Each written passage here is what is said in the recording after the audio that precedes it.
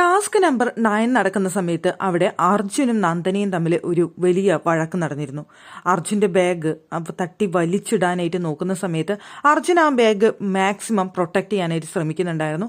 പിന്നീട് അർജുന്റെ ബാഗ് അർജുൻ പുറത്ത് ഇടട്ടെ എന്ന് ചോദിക്കുമ്പോൾ നന്ദൻ അതിനുള്ള ടൈം കൊടുക്കുന്നുണ്ടായിരുന്നില്ല. ഞാൻ പുറത്തിട്ടിട്ട് നീ അത് വലിച്ചോളൂ എന്ന് അർജുൻ 100 തവണ പറയുമ്പോഴും അവിടെ മാക്സിമം ഇങ്ങനെ വലിച്ചുകൊണ്ട് ഭയങ്കര അഗ്രസീവായിട്ട് നന്ദൻ അവിടെ അർജുൻ്റെ അടുത്ത് പെരുമാറുന്നുണ്ടായിരുന്നു.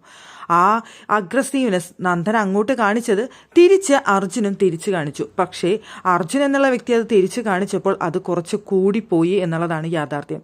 അവിടെ ബാഗ് പിടിച്ചു വലിച്ച സമയത്ത് തിരിച്ച് ബാഗ് അർജുനും പിടിച്ചു വലിക്കാനുണ്ടായത്.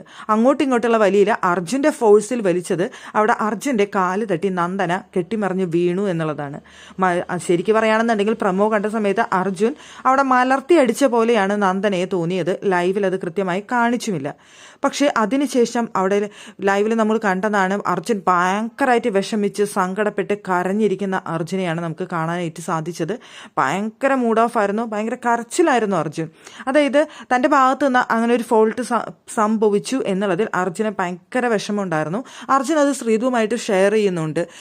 എനിക്ക് അത്രയും പെട്ടെന്ന് ദേഷ്യം വന്നു, അതുകൊണ്ട് അറിയാതെ സംഭവിച്ചു പോയതാണ്. പക്ഷെ എന്താ സംഭവിച്ചതെന്ന് എനിക്കറിയില്ല, അറിയാതെ സംഭവിച്ചു പോയതാണ്. പെട്ടെന്ന് എനിക്ക് ദേഷ്യം വന്നു, കൺട്രോൾ ചെയ്യാനായിട്ട് പറ്റിയില്ല എന്നൊരു കാര്യം അവിടെ അർജുൻ ശ്രീധുവിൻ്റെ അടുത്ത് പറയുന്നുണ്ട്. പിന്നീട് പൊട്ടിക്കരയുന്ന അർജുനെയാണ് നമുക്കവിടെ കാണാനായിട്ട് സാധിക്കുന്നത്. അവിടെ സിജോ വന്നിട്ട് ആശ്വസിപ്പിക്കാനൊക്കെ ശ്രമിക്കുന്നുണ്ട്.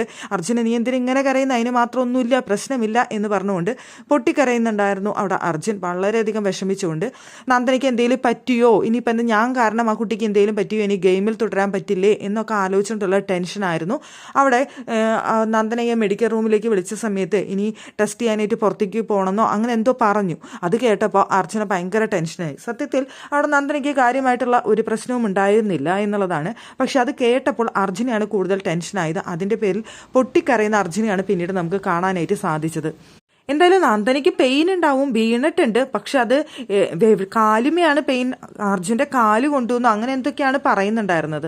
പക്ഷേ ഇപ്പം നന്ദന ലൈവിലൊക്കെ ഓക്കെ ആയിട്ടാണ് നടക്കുന്നത്. യാതൊരു പ്രശ്നങ്ങളോ കാര്യങ്ങളൊന്നും കാണുവാനൊന്നുമില്ല.